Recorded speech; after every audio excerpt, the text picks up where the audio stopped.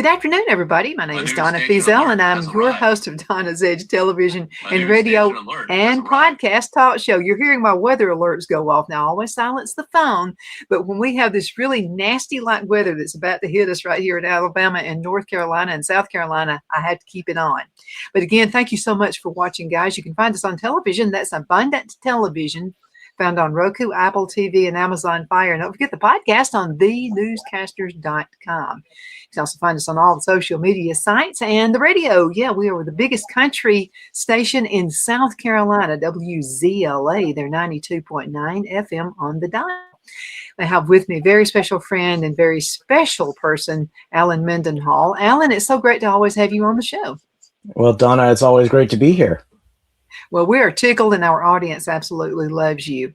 And I want to thank you for the advice that we've been given all through the years from you. And I've taken a lot of this with me too. I've been asked a lot about the economy, and, how is your business doing? And I was actually asked, I'm part of a group called BNI.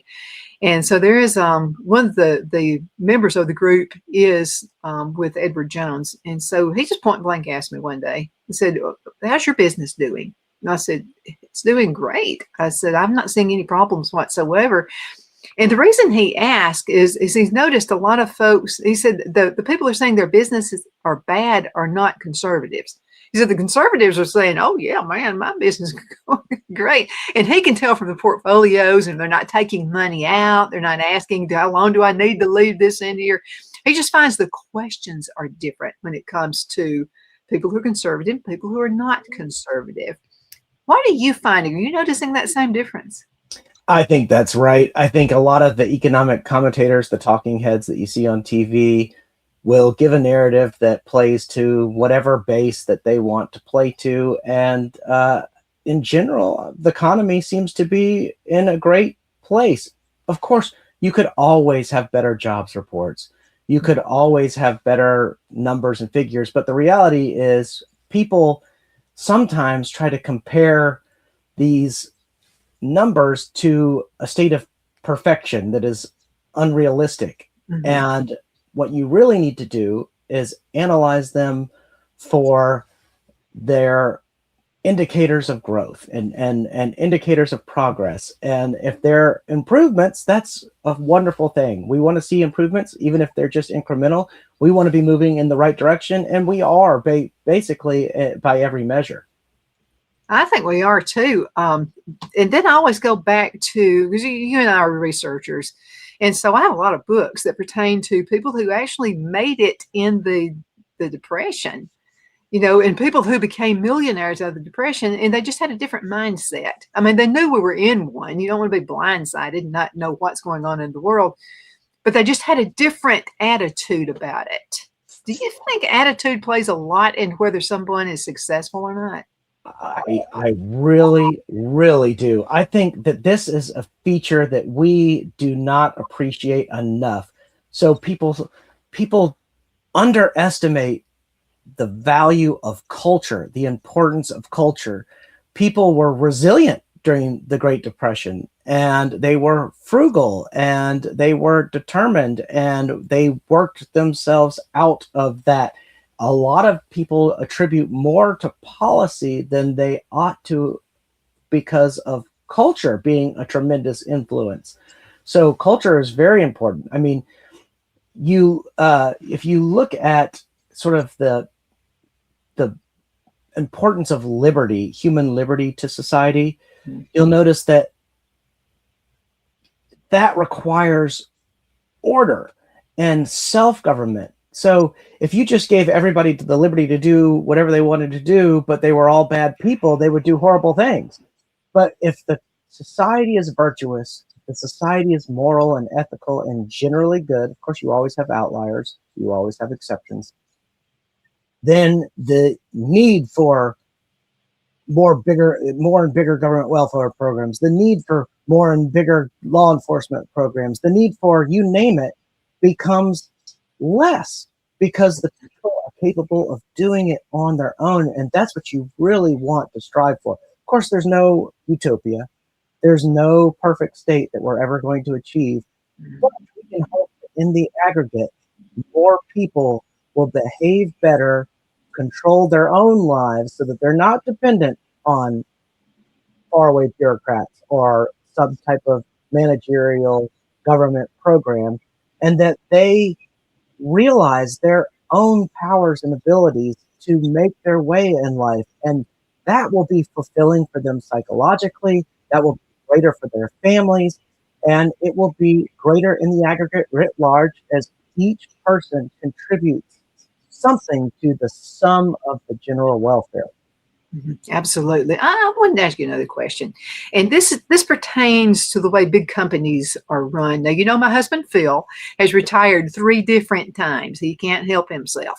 You say that, but I know he's doing the video stuff over there. That doesn't look very retired to me.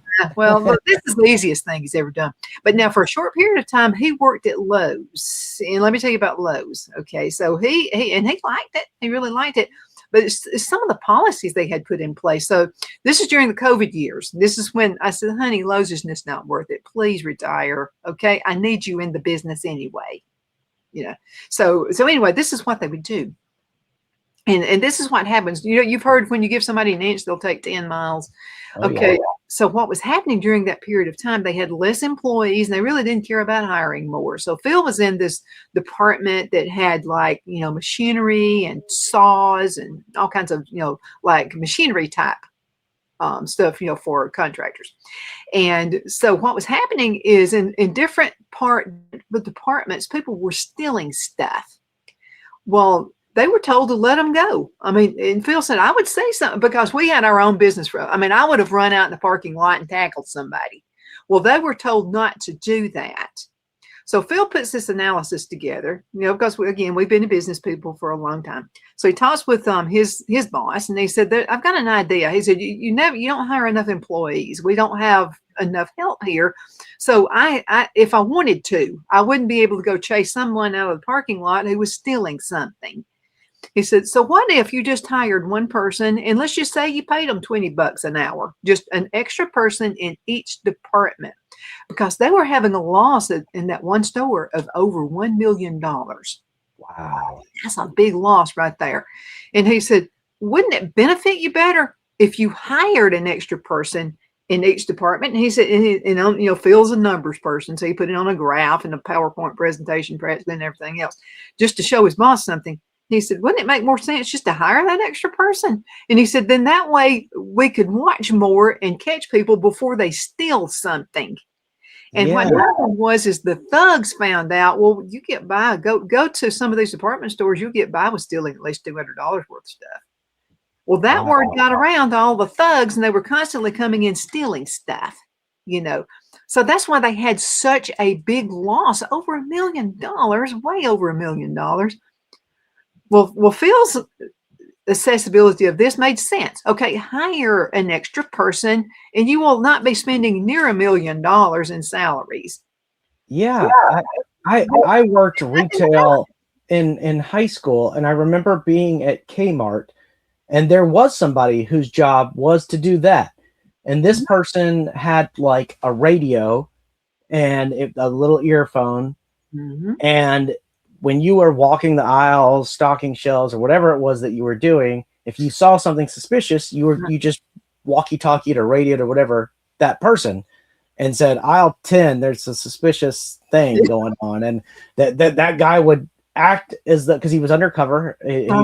He wasn't in a uniform, but he was private security. And he would go and act as if he was shopping in that aisle, and he would look around and and make sure that somebody wasn't stealing something. But that person would detain people.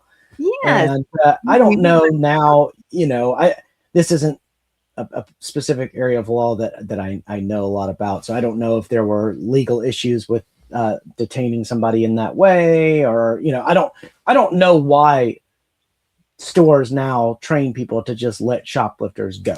I don't know the logic, but I'm sure it's a quick find on the internet. Yeah, it makes no sense. I knew a woman back in the 1970s, and that was her job. There was a place in Oxford, Alabama. The name of the store was called Mason's, and it was kind of something like a TG&Y, something like that. And so her job was actually to go out. Sometimes she said she would just wear rollers in her head. She would just look like an ordinary housewife, acting like she was shopping, and she would catch people all the time. And that store loved her. And she said it's kind of a fun job. She said, because see, I just go, if I wanted, now that's back when people would dress up and wear suits to town and stuff like that. She said, but I would go just like an everyday housewife. Sometimes I would have rollers in my head. Sometimes I would just, whatever. And she said it was the fun of catching people. And she was telling us about one time this woman had a big box. And it was wrapped up, and it was around Christmas time, and it was as if she had a present that she was going to give somebody. Well, she got suspicious of her. Why is she in the store with a big box? It's back when people used common sense. So what happened was she accidentally bumped into the woman. When she bumped into her, she saw a big hole she was holding the box, but she saw a big hole that was between her and the box. And what the woman was doing was getting stuff and putting it inside that hole. Oh, wow. And stealing that way. I said, well, did she get arrested? And she said, yeah, she got arrested. So, I would like to see us go back to something like that. But I'm with you. Is there some kind of a ramifications against a store if they actually hire somebody to do common sense things like that? I mean, you have to wonder. Well, I know Walmart is moving away from the self-checkout. It's still there, and it's still in every store, but they're not doing it. They're not expanding it because I think they've realized they lose money through the self-checkout because whether intentionally or unintentionally, I don't think people always do it intentionally. It may be that like they put the bananas or something in their basket and didn't scan it. Or they thought they didn't hear it go off. Thought they did. If you scan the banana, you have to put it on the scale and weigh it, or and just little things like that may happen where somebody accidentally throws something in the basket and it didn't get scanned, it didn't get picked up. And, in the aggregate, those little items, those little amounts add up to big amounts. And so I think Walmart's realizing that it's not just a shoplifting problem. It's a problem with user error and technology in some of these instances. They probably got tired of people asking for W-2s. If I've got to do your job for me, give me a W-2. Yeah, exactly. Let's go into a commercial break. We'll be right back in just a few minutes, everybody. Can't believe half the show is already over. Twin City Used Car Sales has been serving drivers in the Northeast Alabama area for years with a quality selection of late model used cars, SUVs, and pickup trucks. On top of our extensive selection and competitive prices, we offer professional auto financing services for used car buyers of all credit levels. Whether you've just begun your search or you're ready to secure your next vehicle, at Twin City Used Car Sales, you will drive away with the vehicle of your dreams. The sales and finance staff at Twin City Used Car Sales looks forward to serving you, and you can apply for financing online before your visit to our used dealership in Gadsden, Alabama.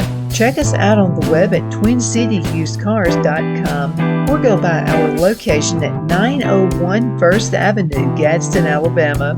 We sincerely look forward to serving you.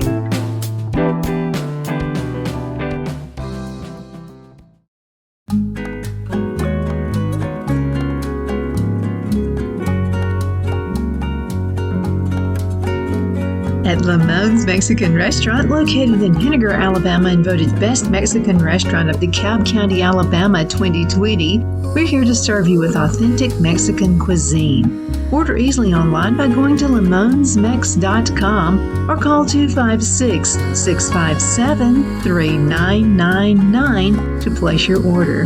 We're open Sunday through Thursday 11 a.m. to 9 p.m. and Friday and Saturday 11 a.m. to 10 p.m. Whether you're celebrating a cozy date night for two or a celebration for a crowd, at Lamone's you'll love our atmosphere and friendly servers. Thank you for dining with Lamone's Mexican Restaurant.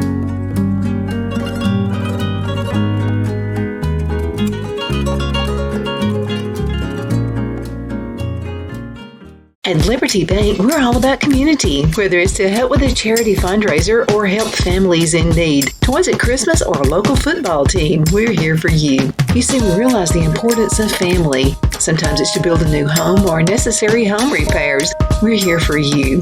If you like the feel of a small town bank with all the conveniences of a big city bank, We're here to serve you. You will find us at any of our convenient locations in DeKalb, Marshall, Etowah, and Blount counties in North Alabama.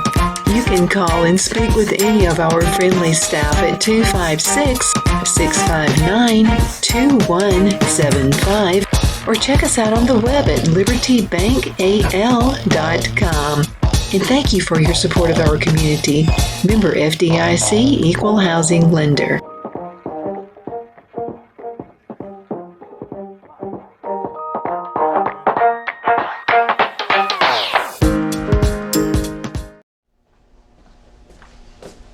Are you ready?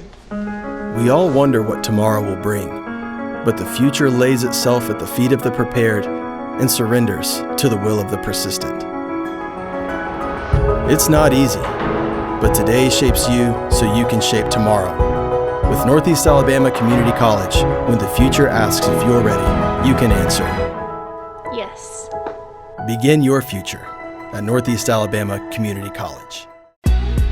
Donna's Designs offers a line of handmade memorial, wedding, and keepsake jewelry that launched back in 1970. I'm a self-trained jewelry designer, and I will work closely with you to create unique designs you can love and treasure for years to come. Whether that be flowers that were used in a funeral arrangement or stones you found on the beach at a memorable trip, call me at 256-659-4319, and let's think of the possibilities. Because of your overwhelming support, our 1488 MyPillow has been one of the biggest sales in MyPillow history. I couldn't think of a better way to say thank you than to extend our wholesale pricing through Christmas. Get a classic standard MyPillow for only $14.88. Upgrade to a queen size, just $18.88. King size, only $1 more. Get my body pillows for only $29.88. And ready? Multi-use MyPillows, only $9.88. It's perfect time to stock up for Christmas gifts for everyone on your list. Go to MyPillow.com or call the number on your screen. Use your promo code to take advantage of our wholesale pricing. Including my classic standard MyPillows, only $14.88. But that's not all. I'm so confident you're going to love our classic MyPillows that I'm going to extend my 60-day money-back guarantee until March 1st, 2025. Plus, orders over $75 ship absolutely free. Good afternoon. We are back. My name is Donna, and I'm your host of Donna's Edge Television, radio, and podcast talk show. You can still find us on all the social media sites. I'm always glad to do that, too. For some of you, I don't want you to get in trouble at work, okay, because you're watching us at 2 or 1 o'clock. So you can always find us later on Facebook, facebook.com/D Feazell. Continue sending email. I love them, and Alan does, too. Donna@donnasedge.com, Donna@donnasedge.com. Alan, you get emails from all across the country. And a lot of them are the same thing. But now I'm getting a lot from Alabama, and people are talking about people who don't vote. Okay. Let's talk about that for just a few minutes. Why do people not vote, for goodness sakes?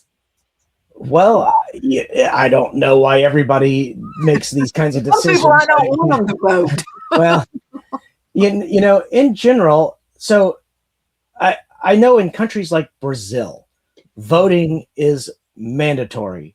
And I do not think we want that system, because I think a lot of people who choose not to vote, we may not want voting. And that's a good thing that we don't have everybody voting, because we want people who vote to be the most engaged people, the most informed people. And theoretically, at least, that would yield higher quality candidates. Now, we've had the get out the vote kind of campaigns going on for decades now. And so I think in general, a larger share of the population votes than did, for example, in the 1980s. But we're also still experiencing voter fraud. You would think that given all the technology we have, and given how hard it is to get through security in the airport, you got to have a star ID now, which requires having all these different forms of identification.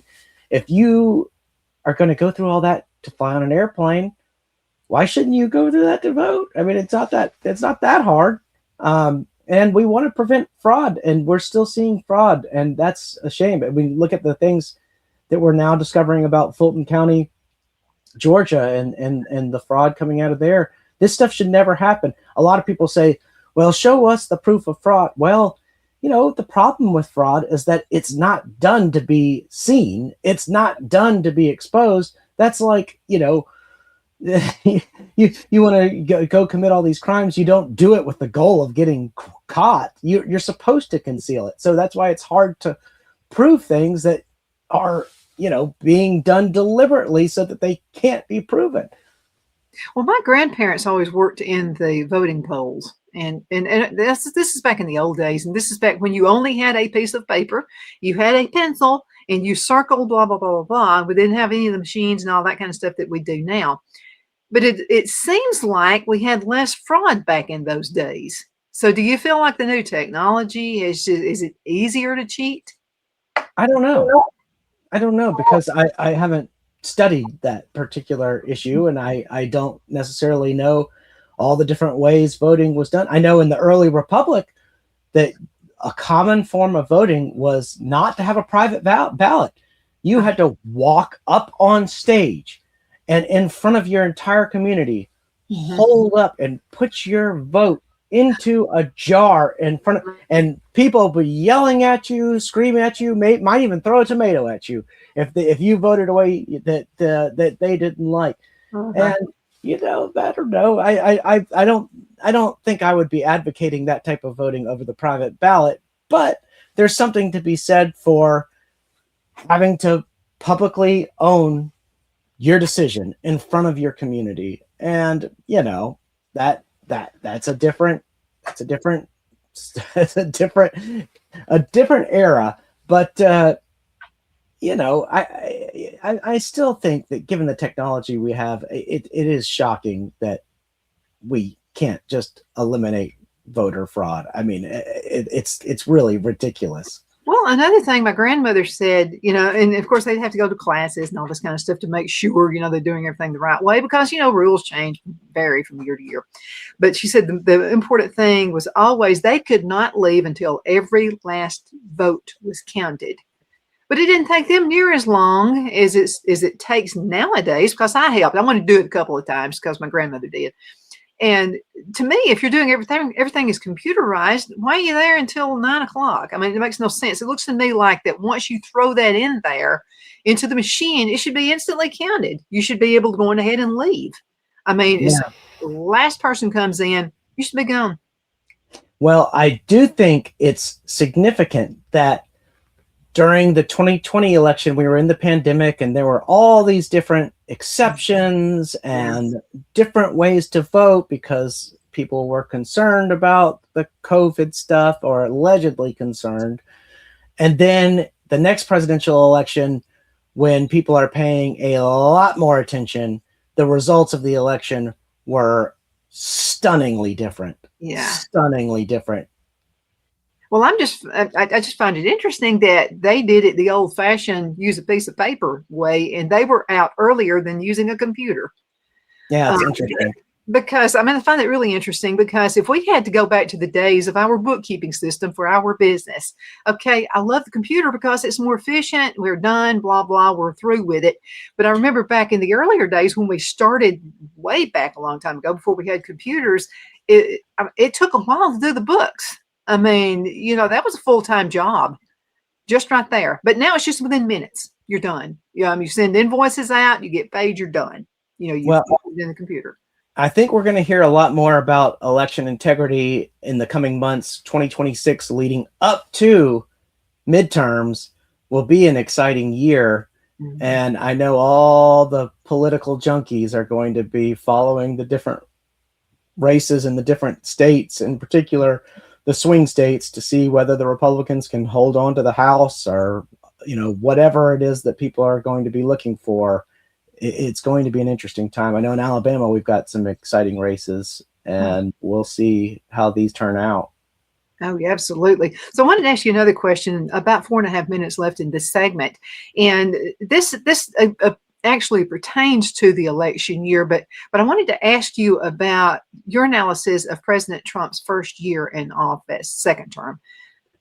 How do you feel like he did? Thumbs up or thumbs down? I would say thumbs up, and I'm astounded by the amount that has occurred.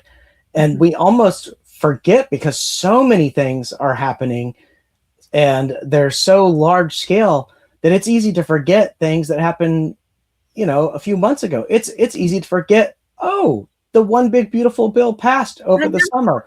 Oh, we defunded national public broadcasting. We are dismantling the Department of Education. All these different things. It's even hard to remember, oh, we actually bombed Iran. And that was in June of last year, and people forget because so many things are happening. And this is going to go down as probably one of the most extraordinary presidencies in the history of our country. I don't think there's been anything like it in my lifetime. And Donald Trump's life itself is one of the most extraordinary lives that any American has ever led. You look back at some of the big figures like, I don't know, Teddy Roosevelt or Oliver Wendell Holmes Jr., or people like this that lived a long time and were exposed to extraordinary people, extraordinary events through childhood and adulthood. Trump's life is one of the most unique lives that has ever happened, and it really is amazing to look at the things he's done over the course of his career, and to sort of put presidency at the end of it all is really a mark. Remember the skating rink in New York? I mean, so many people, so much money had been thrown into that. They were trying to get it fixed, and they were trying to do this. So Trump says, well, let me have it. I'll have it done in like a year or whatever. Everybody else has been saying 5, 10 years, whatever. And he said, and I'll do it way under budget. And he did. I mean, this is before he was president. And so, so I had to look at things like that. It was like, you talk to a contractor just for your home. And some of them will say, well, this job's going to take me a year. And then you got somebody else, and you got to check references. Okay, don't just go with somebody because they say they can do it half the time somebody else can. But the point is he did it under budget, and he did it in a fraction of the time everybody else had said. But another thing about President Trump, the ordinary person would not be able to go through the bull. How many hurdles has he had to jump through? I mean, just since his first announcement. I mean, and then coming back in for the second term, so many hurdles. You're arrested. You have all these things done. Most people would have just said, forget it. I'm not doing it. Impeachment, lawfare, you name it. People have been trying to destroy this man. Attempted assassinations. It's unbelievable. It is unbelievable what this man has accomplished and what he's had to do in order to accomplish it. But I think it gives him, he's one of those people. He reminds me of my dad. It was like the more you dished out of him, the more ammunition it gave him. It was just like, my dad, as far as I know, I only remember him working at 2 different companies. And he was one of those who supposedly retired and got back in work again too. But I remember him moving up so fast in a company, and he was always wanting to start out at the bottom of the company. He would say, yeah, that way I get to know if I move up, then I get to know what that job's like, and I think I can help people, because he would always tell me, if you work at a burger joint, you're going to have to flip burgers. They're not going to put you into the main position. You got to work to that point. So Trump, I see him the same way. He's been on the construction crews. He's been out, all these different things. He's had to handle just dump from people. So I think it just makes him stronger. And unless somebody just definitely assassinates him, I don't see him stopping at all. I just don't. You know what? We're going to have to call it a day. I can't believe this. Amazing. It's so amazing. Thank you guys so much for watching. Alan, thank you as always for being with me. We need a 2-hour show. We just do so we can get everything done. But thank you guys so much for watching. You're the reason we do this. And I want to thank all of our wonderful, wonderful sponsors as well.